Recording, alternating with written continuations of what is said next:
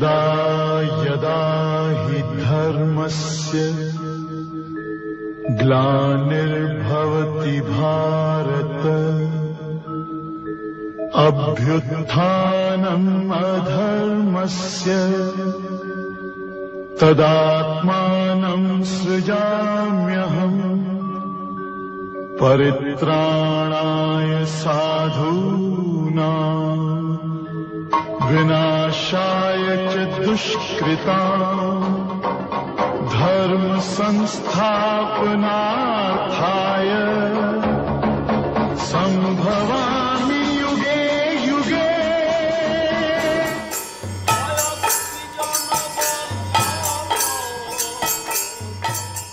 যখনই ধর্মের গ্লানি এবং অধর্মের অভ্যুত্থান হয়, আমি তখনই নিজেকে সৃষ্টি করি। দুষ্টের বিনাশ, শিষ্টের পালন এবং ধর্ম সংস্থাপনের জন্য আমি যুগে যুগে অবতীর্ণ হই।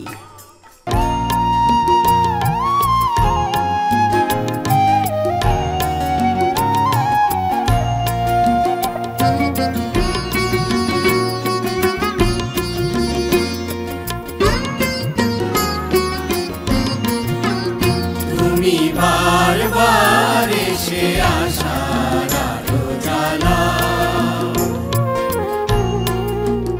তুমি বারবার এসে আশার আলো জ্বালাও। হিংসা গ্লানির আধার তুমি নিজ হাতে ঘোচাও, হিংসা গ্লানির আধার তুমি নিজ হাতে ঘোচাও। বারবার এসে আশার আলো জ্বালাও, তুমি বারবার এসে আশার আলো জ্বালাও।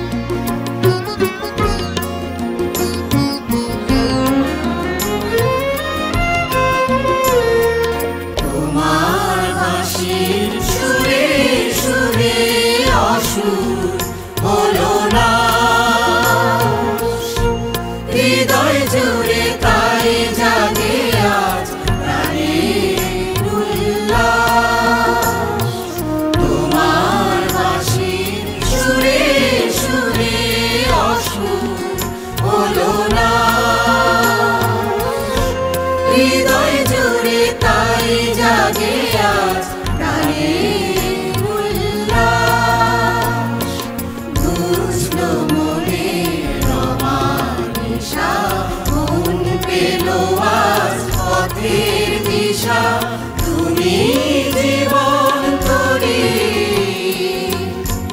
পথ বলে দাও, বারবার এসে আশার আলো জ্বালাও, তুমি বারবার এসে আশার আলো জ্বালাও।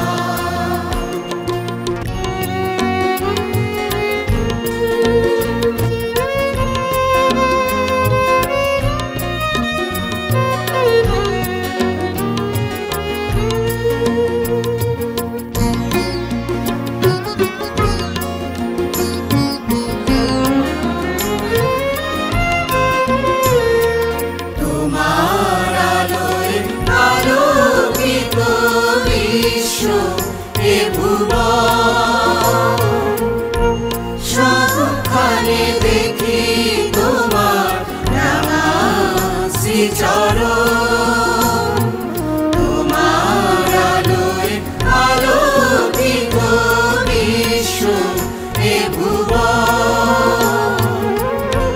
সবখানে দেখি তোমার রাঙা শ্রীচরণ, তোমার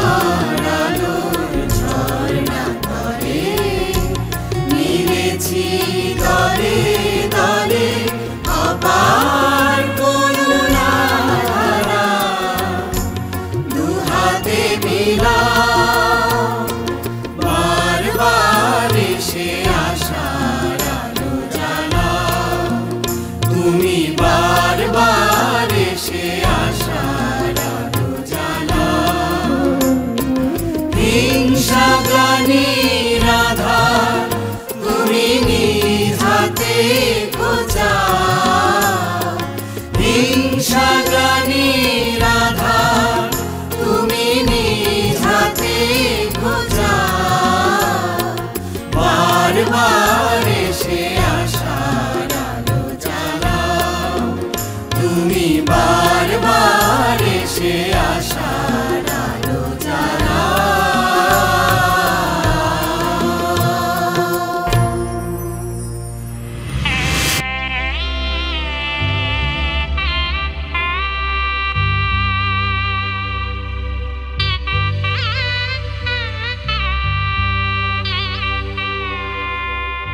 বাইরে কত আলো, অথচ কারাগারে সবসময়ই অন্ধকার।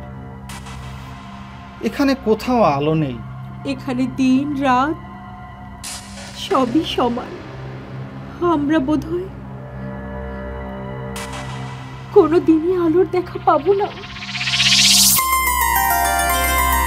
হঠাৎ এত আলো কোথা থেকে এলো?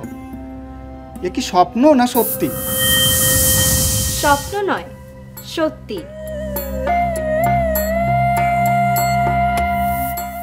দেবকী বসুদেব, তোমরা বড়ই পুণ্যবান। কে তুমি দেবী? এই অন্ধকারে আমাদের জন্য আলো নিয়ে এলে। আমাদের প্রণাম গ্রহণ করো দেবী। আমি মহামায়া।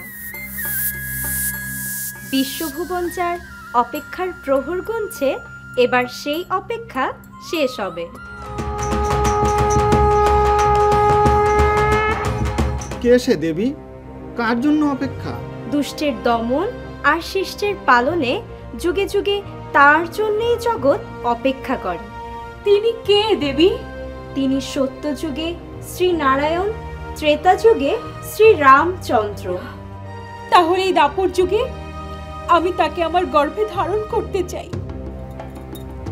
তাই হবে। দেবী,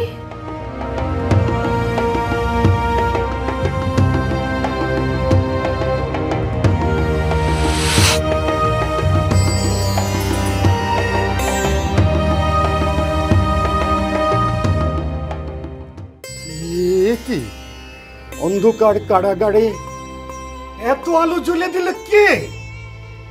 তবে কি মথুরাপুরীতে মহারাজ উগ্রসেনের আবার সুদিন ফিরে এলো?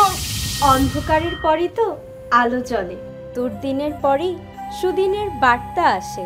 এই কারাকক্ষে মথুরার বন্দী মহারাজ উগ্রসেনের জন্য কি বার্তা নিয়ে এসেছো দেবী? আমি মহামায়া। বার্তা একটাই, শুভদিন খুব কাছেই। শুভদিন? তবে কি কারামুক্ত উগ্রসেন আবার তার রাজ্য ফিরে পাবে মা? অবশ্যই পাবেন। তাহলে আমার এই কন্যা সম দেবকী ও তার স্বামী বসুদেব সহ মুক্তি পাবে মা? জগৎ সংসারকে অনাচার অবিচার থেকে মুক্ত করতেই তো যুগে যুগে তার আবির্ভাব হয়। অসম্ভব, অসম্ভব। আমি বিশ্বাস করি না মহাবীর কংসের কোনো প্রতিদ্বন্দ্বী হতে পারে। আমি বিশ্বাস করি না। আপনি এখন নিজেই আপনার প্রতিদ্বন্দ্বী। তার মানে মহারানী অস্তি, তুমি আমাকে ভয় দেখিয়ে দুর্বল করে দিতে পারো না। দৈববাণী কি তবে মিথ্যা? দৈববাণী? কোন দৈববাণীতে ভীত নাই মহাবীর কংস।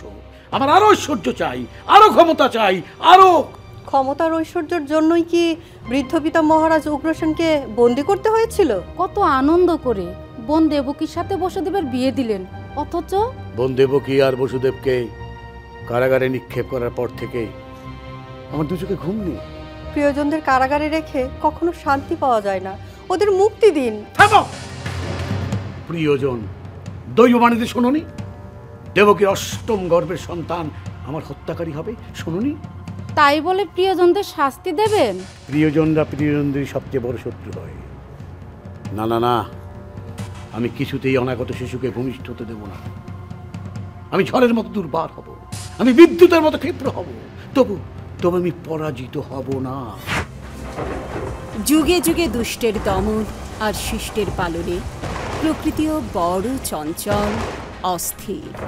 কিন্তু শেষ পর্যন্ত সব দুর্যোগ আর সব অন্ধকারের বাধা অপসারিত হয়। বেজে ওঠে তাঁর শুভ আগমনী ধ্বনি।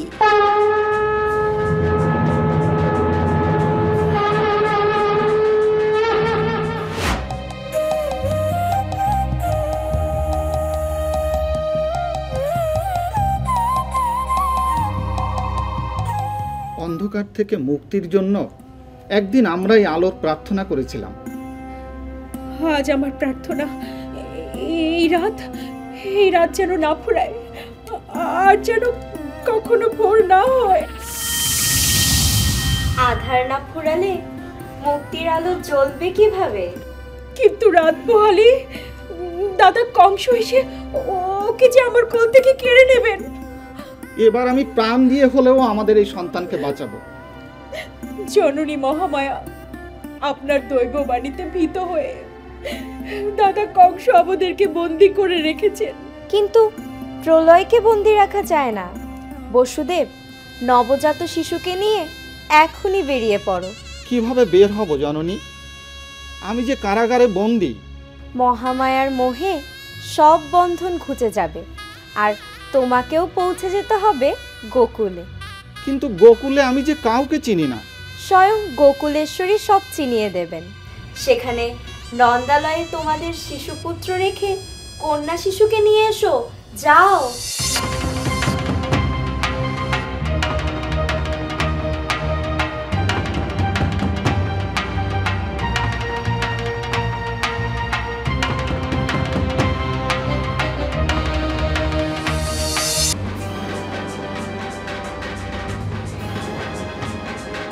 আমি কিন্তু মিষ্টি আনতে ভুল করিনি। সবাই আমার দোষ ধরে, যত দোষ এই নন্দ ঘোষ। যার ঘর আলো করে এখন চাঁদপাড়া শিশুর জন্ম হয়, তার দোষ ধরার সাধ্য কার? তুমি বলো না দিদি, আমি কি কখনো তার দোষ ধরেছি? যশোমতী, তোমার কোল জুড়ে যে শিশু এসেছে এমন শিশুও কখনো কেউ দেখেনি। তোমরা আশীর্বাদ করো আমার গোপাল যেন সব সময় যশোদার কুল আলো করে বসে থাকে। হ্যাঁ হ্যাঁ, তোমরা সবাই মিলে প্রাণ ভরে সেই আশীর্বাদই করো।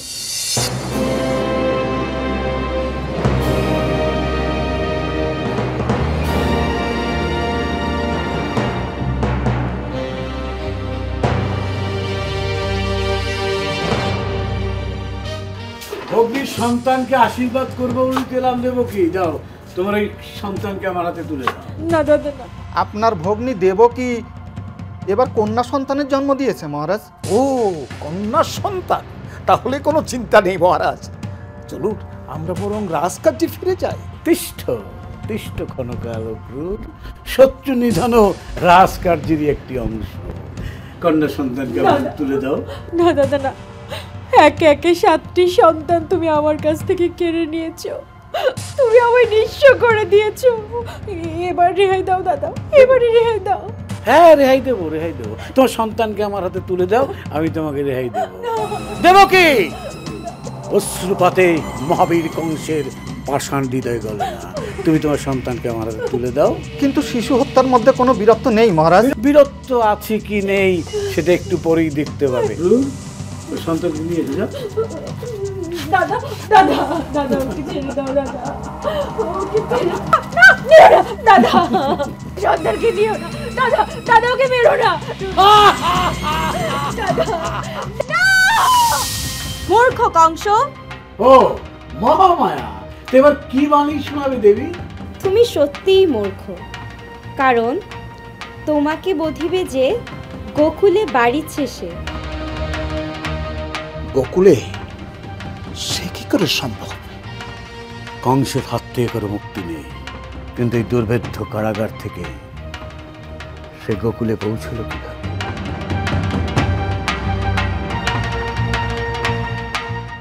এই কোথায় গেলে গো? দেখো আমাদের বাড়িতে কার চরণ ধুলো পড়েছে। কে এসেছেন গো?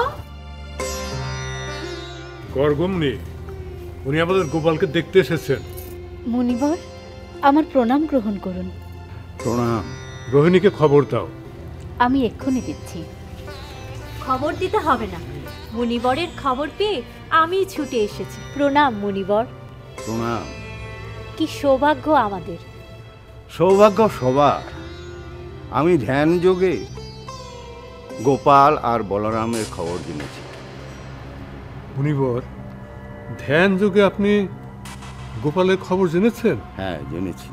আমার বলরামের কথাও জেনেছেন মুনিবর? হ্যাঁ, তবে গোপাল আর বলরাম আসলে তোমাদের কেউ নয়। কি বলছেন মুনিবর? আমার গোপাল আমার কেউ নয়? সে আমার কেউ না।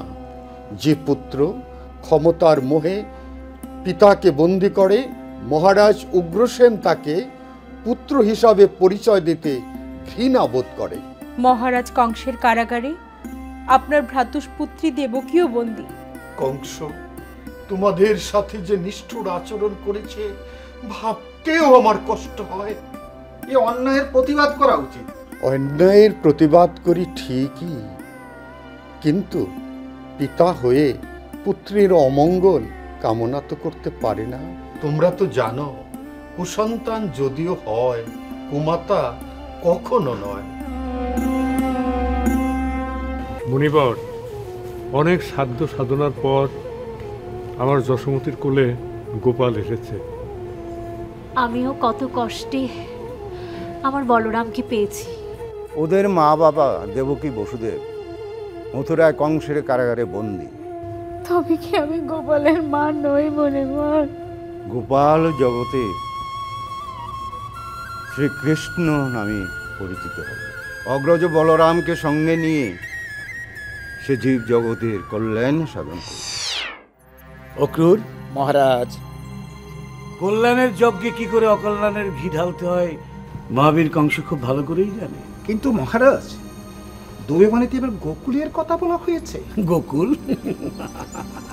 অক্রূর, ওই গোকুলে ছলে বলে কলে কৌশলে ওই শিশুকে কিছুতেই বেড়ে উঠতে দেওয়া যাবে না। শুনেছি মহারাজ, ছলের কখনো কলের অভাব হয় না। হ্যাঁ হ্যাঁ, এবারের কলটা কি হতে পারে একটু ভাবো। মহারাজ, ছদ্মবেশে পুতনা রাক্ষসীকে গোকুলে পাঠালে কেমন হয়? হ্যাঁ, খুব ভালোই হয়। গোকুলে গিয়ে পুতনা রাক্ষসী ওই শিশুকে স্তন্যের বদলে গরল ঢেলে দেবে। প্রয়োজনে তৃণাবর্তকেও পাঠানো যেতে পারে।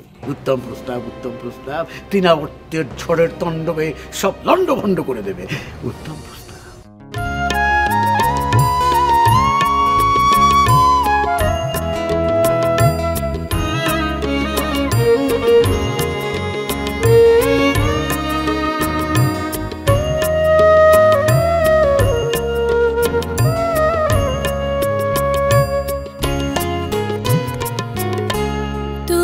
পূজা করব বলে মদন মোহ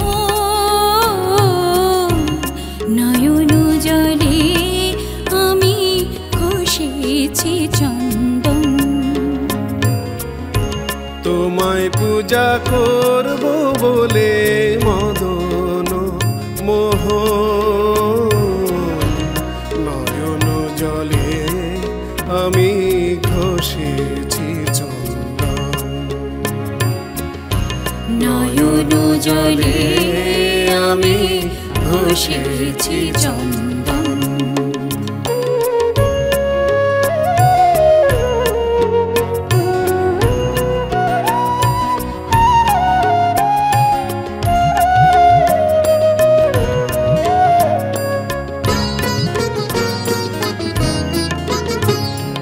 নাইবা থাকুক বিল্লপত্র পুষ্প দুর্বাদল, ধানাম রূপ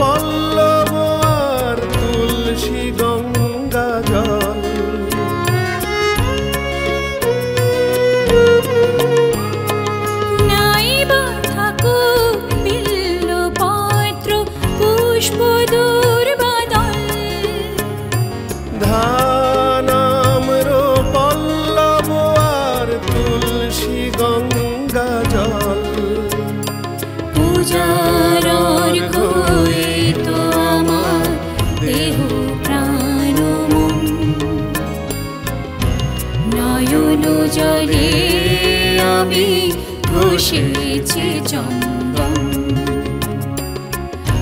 নয়ন জলে আমি ঘষেছি চন্দন।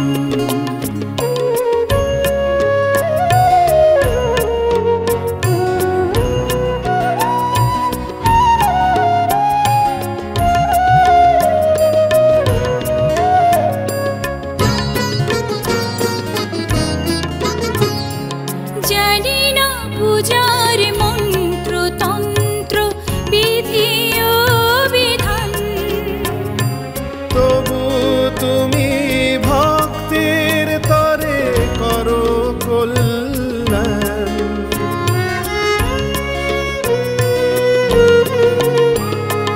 জানি না পূজার মন্ত্র তন্ত্র বিধি ও বিধান, তবু তুমি ভক্তের তরে করো কল্যাণ। হৃদয়ে পেতেছি তাই পূজার আসন, নয়ন জলে আমি ঘষেছি চন্দন, নয়ন জলে আমি ঘষেছি চন্দন। তোমায় পূজা করব বলে মদন মোহ, নয়ন জলে আমি ঘষেছি চন্দন। তোমায় পূজা করব বলে মদন মোহ, নয়ন জলে আমি ঘষেছি চন্দন, নয়ন জলে আমি ঘষেছি চন্দন।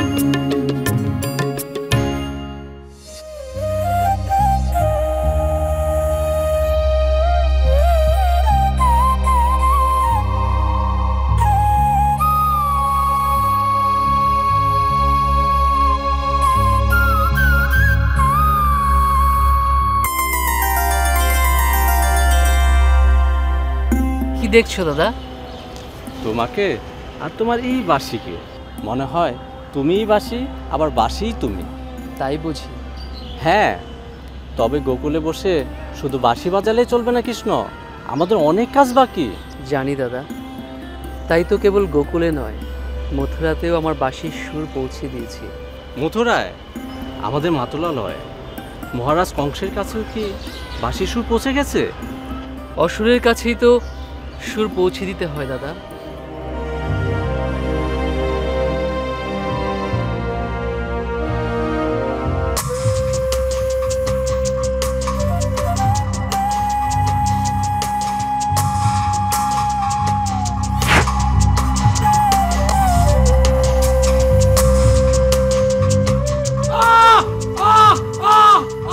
বন্ধ করো, বন্ধ করে বাঁশি বন্ধ করো, বন্ধ করো, করো। কি হয়েছে মহারাজ?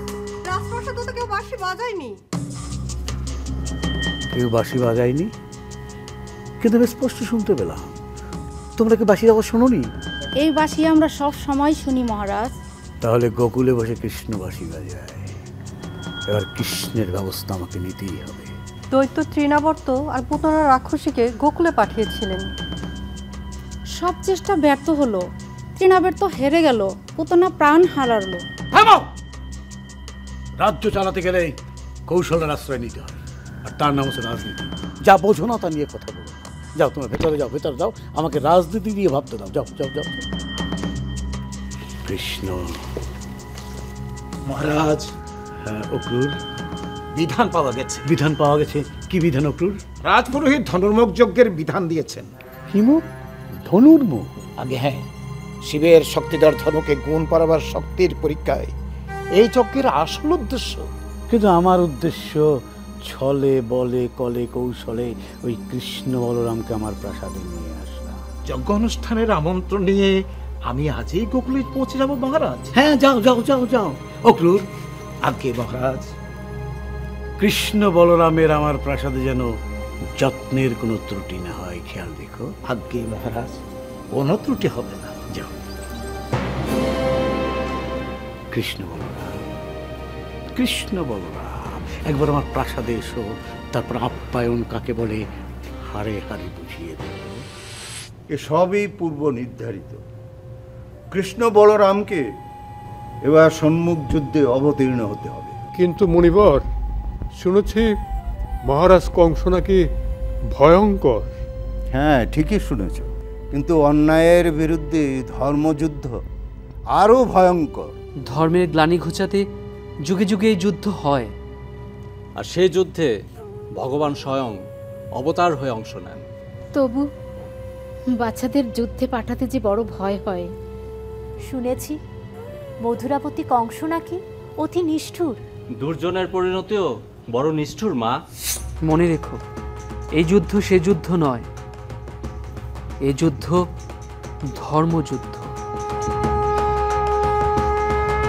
দেবকী, বসুদেব, আজ আমি যুদ্ধের দুন্দুভির আওয়াজ শুনতে পেয়েছি। যুদ্ধ? আবার কার সাথে যুদ্ধ? ন্যায়ের সাথে অন্যায়ের। আমি নিশ্চিত এই যুদ্ধে অন্যায় পরাজিত হবে। আমরাও তো সেই আশায় বুক বেঁধে বসে আছি। জানি এবার আমাদের সবার আশা পূর্ণ হবে। আবার আনন্দ ধ্বনি উঠবে মথুরাপুরীতে। কুলবধূরা উলুধ্বনিতে সাজাবে তাদের মঙ্গল ঘট। এসো আমরাও বলি শুভ শক্তির জয় হোক। তাহলে জয় পরাজয় কি আগে থেকে নির্ধারিত ছিল? মহামায়ার দৈববাণ কি সত্যি হতে চলেছে?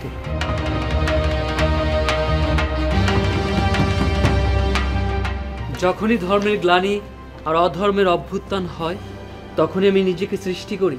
কার অনুমতিতে তোমরা আমার রাজকীয় অন্দরমহলে প্রবেশ করেছ? আর কে তোমরা?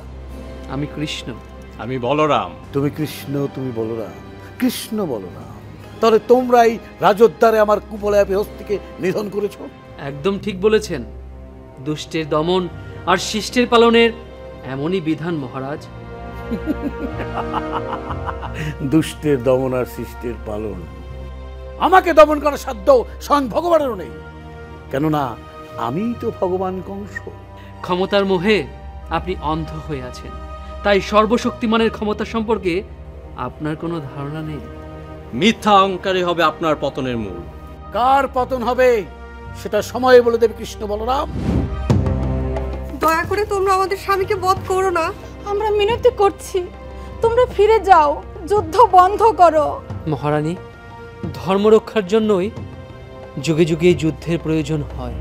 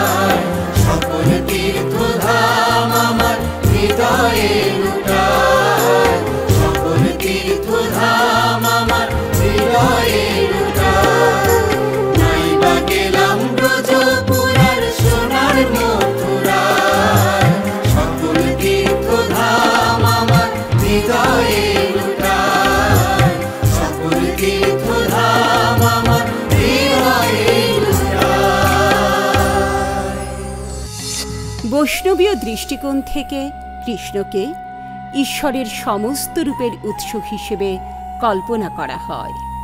শ্রী রাধিকা তাঁর সহচরী, সকল দৈবী শক্তির স্ত্রী রূপ। বলা হয় কৃষ্ণ বিশ্বকে মোহিত করেন, কিন্তু রাধা তাঁকেও মোহিত করেন। এই অভিন্ন দুই সত্তার নামই রাধা কৃষ্ণ।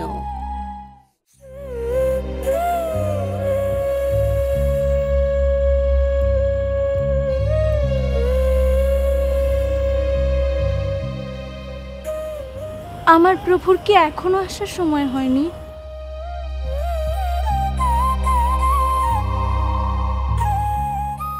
ওই তো বাঁশি বাজে। তাহলে আমি কেন আমার প্রভুর দেখা পাই না?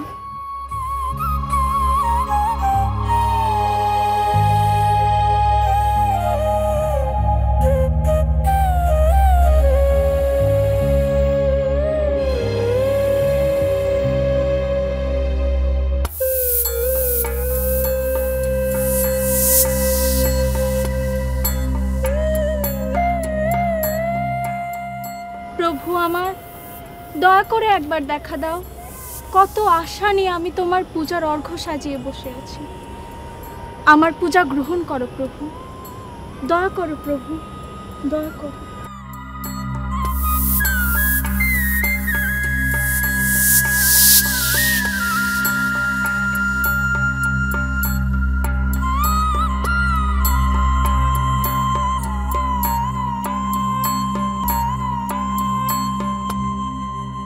কত ভাগ্যে তোমার দেখা পেলাম প্রভু। তুমি আমার হৃদয় জুড়ে থাকো। আমি কেবল দুষ্টের দমন করি না, শিষ্টের পালনও করি।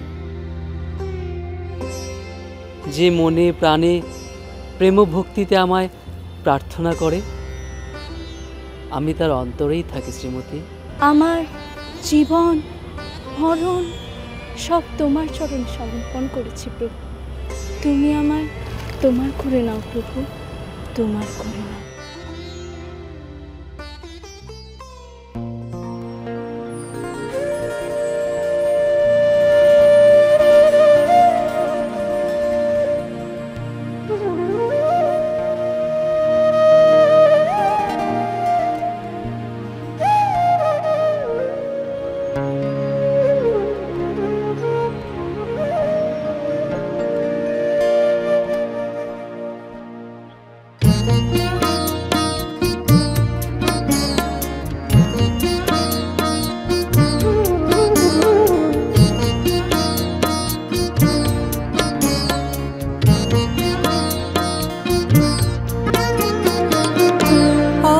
ঘনিয়ে বসে আছি, নিশি হলো ভোর। ওর ঘনিয়ে বসে আছি, নিশি হলো ভোর। এখনো এলো না আমার শ্যামল কিশোর, শ্যামল কিশোর।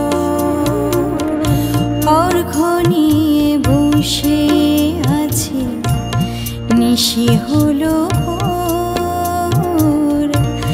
এখনো এলো না আমার শ্যামল কিশোর।